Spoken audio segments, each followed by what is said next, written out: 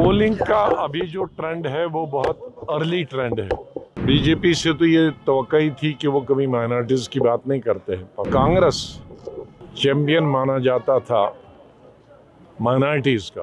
कांग्रेस लीडरों की, बीजेपी के लीडरों की बैकवर्ड के कितने चीफ मिनिस्टर, किसी ने बीजेपी से तवक्को नहीं थी। कांग्रेस ने एक दफा भी किसी लीडर ने टॉप लीडर से नीचे कि माइनॉरिटीज के कितने चीफ मिनिस्टर। पोलिंग का अभी जो ट्रेंड है वो बहुत अर्ली ट्रेंड है। मेरे ख्याल में जो असली ट्रेंड पता चलेगा वो 6-7 बजे के बाद, क्योंकि नॉर्मली इलेक्शंस 8-9 बजे 10 बजे से पहले ख़त्म नहीं होते हैं पूरा रिजल्ट, लेकिन 6-7 बजे तक रियल ट्रेंड लगेगा। लेकिन एक चीज़ मैंने जो महसूस की इस पूरे 20-25 दिनों में, जिसको मैंने बड़ी शिद्दत से महसूस किया कि बीजेपी से तो ये तवक्को ही थी कि वो कभी माइनॉरिटीज की बात नहीं करते हैं पब्लिक मीटिंग, लेकिन कांग्रेस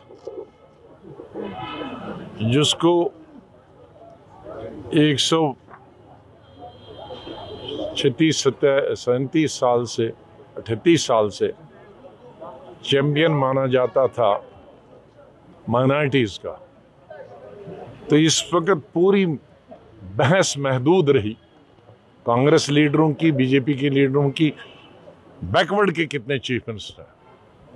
किसी ने बीजेपी से तवक्को नहीं थी।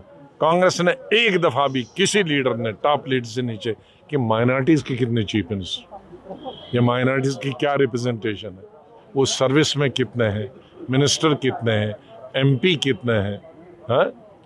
ये नहीं। तो इस इलेक्शन का ये ट्रेंड निकला कि माइनॉरिटीज किसी के खाते नहीं। हालांकि उसके बावजूद भी कांग्रेस ने एक तरफा वोट दिया माइनॉरिटीज को, लेकिन बदकिस्मती है कि वो दूसरी पार्टियों की तरह से सेकुलर पार्टीज और कांग्रेस बिलखुसूस उनके एजेंडे से भी निकल गया।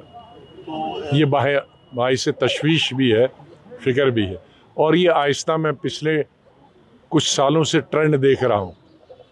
इंदिरा गांधी के वक़्त में जब वो जाती थी, मैं उनके साथ बहुत सफ़र किया, वो हर जगह कहते थे मुसलमान और शेड्यूल कास्ट बहुत गरीब। फिर आगे जब इंदिरा जी गई, वो मुसलमान माइनॉरिटीज़ में बदल गए। अब नई लीडरशिप जब से पिछले 8-10 साल से है, माइनॉरिटीज़ भी ख़त्म हो गया, अब हो गया बैकवर्ड और SC ST, माइनॉरिटीज़ गायब।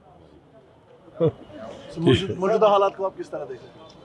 नहीं, मौजूदा हालात जो इलेक्शन आएगा, हालात तो पार्लियामेंट इलेक्शन आएगा, 3-3.5 महीने तो पार्लियामेंट इलेक्शन को, जैसे मैंने कहा, नॉर्मली 15 और 18 मार्च के करीब नोटिफिकेशन होती है, और पार्लियामेंट का इलेक्शन 7-8 फेजेस में मई तक चलता है, लेकिन शुरुआत उसकी नोटिफिकेशन से ही होती।